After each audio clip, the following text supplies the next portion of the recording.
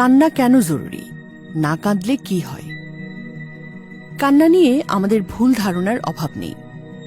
সাধারণভাবে কান্নাকে মনে করা হয় মেয়েলি বা শিশুতোষ ব্যাপার। আবার কারো ধারণা কাঁদলে কষ্ট বাড়ে। দুটি ধারণাই ভুল। কান্না খুবই মানবীয় একটি ব্যাপার, যা মন থেকে দুঃখবোধ দূর করে।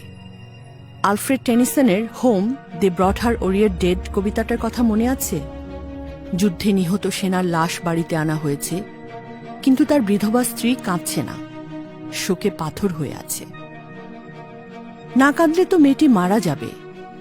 সবাই তাকে কাঁদানোর নানা চেষ্টা করে ব্যর্থ। তখন সবচেয়ে বয়সী মহিলাটি বিধবার বাচ্চা শিশুকে তার কোলে তুলে দিল।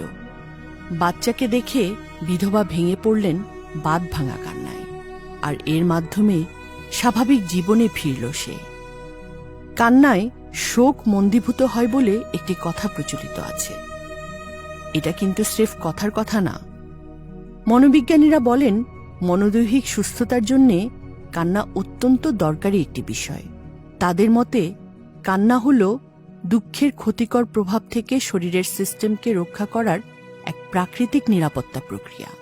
যুক্তরাষ্ট্রের মিনেসোটার পল রামসে মেডিকেল সেন্টারের সাইকিয়াট্রি বিভাগের বায়োকেমিস্ট ডক্টর উইলিয়াম ফ্রাই বলেন, দুঃখ, বেদনা, মানসিক আঘাত দেহে টক্সিন বা বিষাক্ত অণু সৃষ্টি করে। কান্না এই বিষাক্ত অণুগুলোকে শরীর থেকে বের করে দেয়। ডক্টর ফ্রাই এক গবেষণার মাধ্যমে বিষয়টি প্রমাণ করেন। একদল ভলান্টিয়ারকে দুঃখে ভরা ছায়াছবি দেখতে দেয়া হয়। তাদেরকে বলা হয় ছবি দেখে কান্না পেলে চোখের পানি টেস্ট টিউবে ধরে রাখতে। কয়েকদিন পর এদেরকেই সদ্য কাটা পেঁয়াজের সামনে বসিয়ে টেস্ট টিউবে চোখের পানি সংগ্রহ করা হয়। ল্যাব টেস্টে দেখা গেল দুঃখজনিত চোখের পানি আর পেঁয়াজের ঝাঁজ লেগে আসা চোখের পানির রাসায়নিক গঠন পুরোপুরি আলাদা।